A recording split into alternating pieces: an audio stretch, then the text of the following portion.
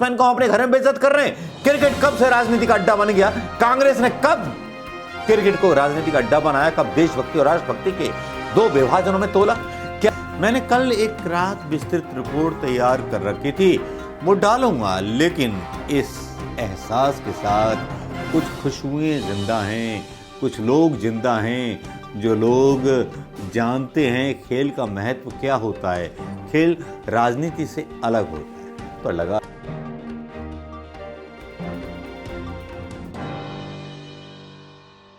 दोस्तों नमस्कार, मैं मनोज कुमार शर्मा एक बार फिर सुबह के एडिशन के साथ खबरें जो बहुत पहले चल चुकी, लेकिन विश्लेषण भी और खबर भी। खबर ऐसी जो आपके दिल पर उतर जाए, विश्लेषण ऐसा जो आपके दिल पर उतर जाए। विराट कोहली वो चेहरा हैं क्रिकेट का जिनके बारे में बड़ी तारीफें और उनको मास्टर मैन माना जाता है बैटिंग का।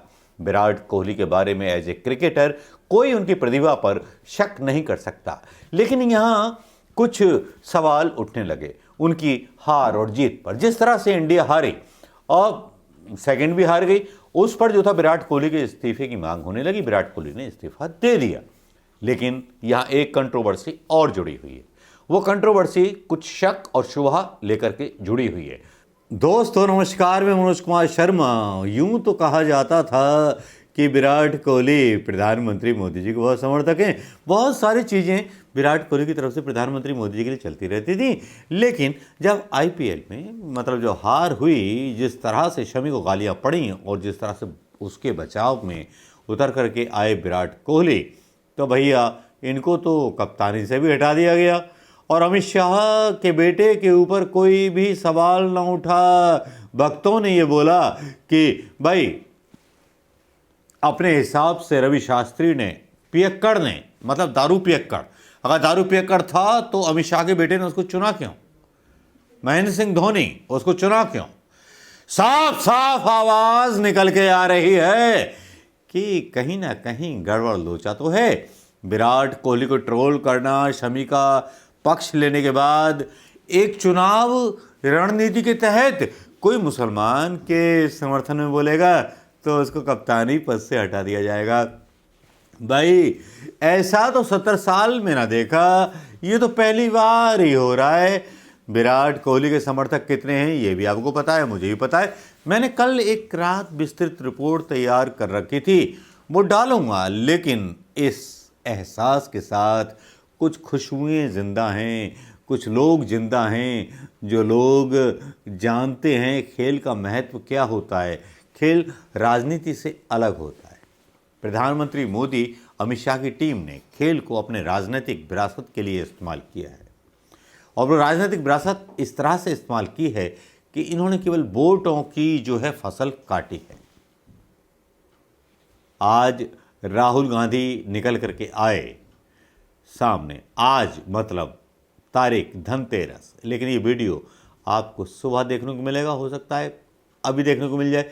लेकिन राहुल गांधी ने एक ट्वीट किया, dear Virat, these people are filled with hate because nobody give them any love. किसी ने इनको प्यार नहीं दिया, इनके दिलों में नफरत भरी हुई है, इनको माफ़ कर देना जिन्होंने आपको उल्टा सीधा बोला है। इतना एक सेंसिटिव ट्वीट, और साथ में लिखते हैं प्रोटेक्ट टीम, टीम को बचाओ। इशारों इशारों में राहुल गांधी ने विराट कोहली को एक संदेश दे दिया। महात्मा गांधी के अंदाज में, अहिंसा के अंदाज में, अब क्यों ना माने कि राहुल हमारा नेता है, जो हम लोग दुश्मनी में यकीन नहीं रखते, नफरतों में यकीन नहीं रखते। और ये बात राहुल ने जब लिख दी ट्विटर पर, तो वो ट्विटर पर लिखी हुई बात इतनी सारी वायरल हुई, 18,000 से ज़्यादा लोगों ने उसको आरटी किया और 79,000 लोगों ने उसको जो था लाइक किया। कुछ बात तो है कि हस्ती मिटती नहीं गांधियों की। और मेरी रिपोर्ट जो मैंने डाली नहीं थी वो मैं यहाँ डाल रहा हूँ, लेकिन राहुल गांधी को सैल्यूट तो बनता है विराट कोहली के समर्थन में खड़े होने का।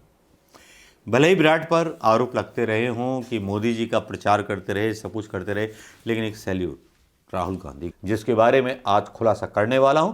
दिल थाम के सुनिए इस खुलासे को, जो शायद हिंदुस्तान के क्रिकेट बोर्ड की नींवों को हिला दे। वो नींवें इसलिए भी हिलने वाली हैं क्योंकि कुछ सबूत ऐसे हैं जो हिलाने। विराट कोहली ट्रोल भी हुए। विराट कोहली ट्रोल इसलिए भी हुए क्योंकि उन्होंने शमी के ऊपर जिस तरह के मोदी भक्तों ने कमेंट किए, भाई वो वाकई में बहुत शर्मनाक थे। पता नहीं कायर बोला गया, दुनिया भर का पाकिस्तानी बोला गया, ये कहा गया, वो कहा गया। शमी पर बहुत सारे आरोप लगाए गए पहला मैच हारने के बाद, लेकिन जो बैट्समैन असफल रहे उनके बारे में एक बार भी भक्तों ने नहीं बोला। और भक्त जो थे अंधे भक्त होकर के बस हिंदू मुस्लिम का कीचड़ फैलाने में लगे हुए थे। और वो कीचड़ इस तरह से फैलाने लगे कि वो ये भी भूल गए, देश की मर्यादा भूल गए कि देश के एक हिंदुस्तानी क्रिकेटर की बेइज्जती कर रहे हैं। ये वही शमी है जिसने पता नहीं कितने मैच जिताए थे। जब उसका बाप आईसीयू में भर्ती था तब उसने मैच जिताया था। की तरह कमेंट पर कमेंट और ट्रोलिंग पर ट्रोलिंग शमी के बारे में करते रहे। कोहली का बयान आया। कोहली ने कहा कि जिन लोगों ने शमी के बारे में बोला है उनकी रीढ़ की हड्डी है ही नहीं, स्पाइनलेस लोग हैं जिन्होंने शमी की देशभक्ति पर सवाल उठाए। उसके बाद तो फिर विराट कोहली भी ट्रोल होने शुरू हो गए और इस तरह से ट्रोल हुए कि गोदी मीडिया के कुछ पत्रकार भी विराट कोहली के खिलाफ लिखने लगे।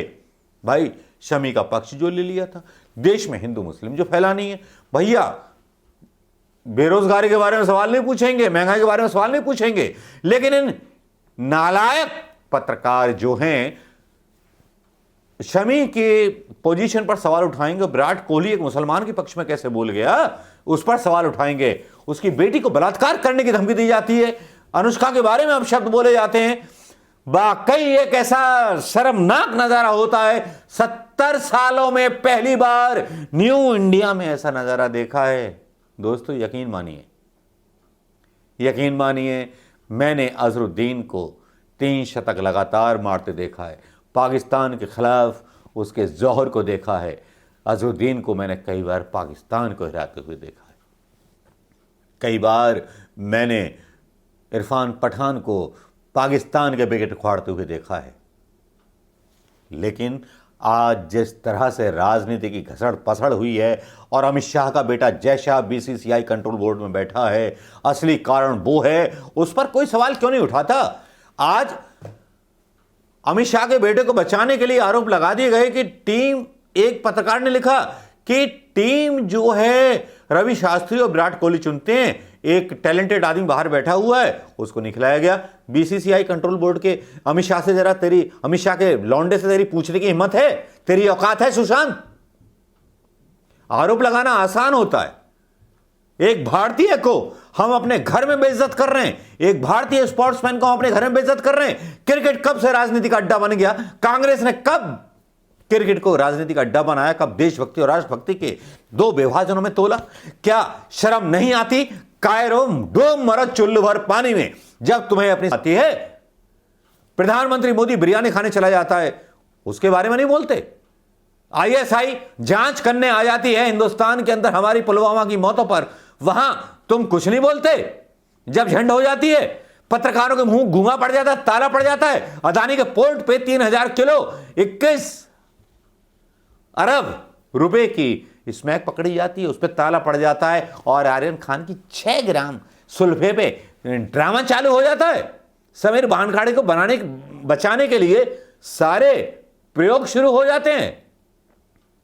अरे कुछ तो शर्म करो, सोशल मीडिया सब देखता है मेरे भाई, ये बख्शेगा नहीं, ये सबको तोलता है और तोलने के बाद बोलता है। और जब बोलता है तो इसके अंदर से हिंदुस्तान की आवाज़ निकलती है। वो हिंदुस्तान की आवाज़ निकलती है जिसने अंग्रेजों के पिछवाड़े पर लात मार मार के उसे इस देश से बाहर खदेड़ दिया होगा। तो ये कैसे पॉसिबल है कि जय शाह का हस्तक्षेप टीम को चुनने में ना रहा हो?